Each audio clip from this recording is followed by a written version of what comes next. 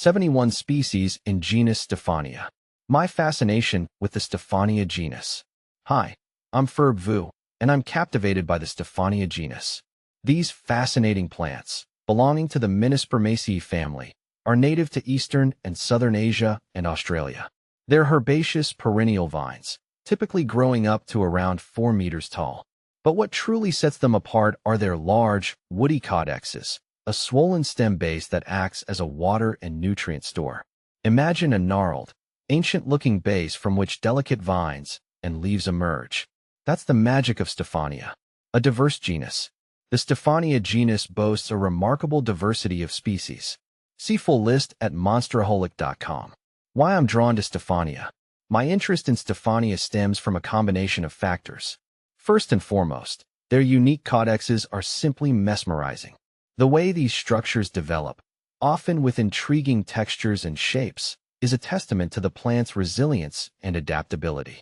It's like having a living sculpture in your home. Secondly, I appreciate the relative ease of care that Stephania plants require. They thrive in well-draining soil and bright, indirect light. Their ability to store water in their caudaxes makes them somewhat drought-tolerant, which is forgiving for those of us who may occasionally forget to water. Finally, I find the vining habit of Stephania to be quite versatile. They can be trained to climb a support, allowed to trail from a hanging planter, or even pruned to maintain a more compact shape. This adaptability makes them suitable for a variety of indoor spaces. More than just a pretty face. Beyond their aesthetic appeal, Stephania plants have a rich history of use in traditional medicine. Various species have been employed to treat a range of ailments, from fever and inflammation to pain and even some cancers. While I'm not an expert in herbal medicine, I find this aspect of Stephania to be incredibly interesting. It adds another layer of depth to my appreciation for these plants. My growing collection. I've been steadily expanding my Stephania collection over the past few years. It's become a rewarding hobby, and I enjoy the challenge of sourcing new and unusual species. Each new addition brings a unique element to my plant collection, and I love observing their growth and development over time. One of my favorite things to do is to photograph my Stephania plants.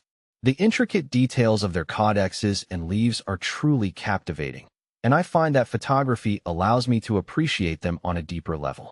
Looking ahead, I'm excited to continue exploring the world of Stephania.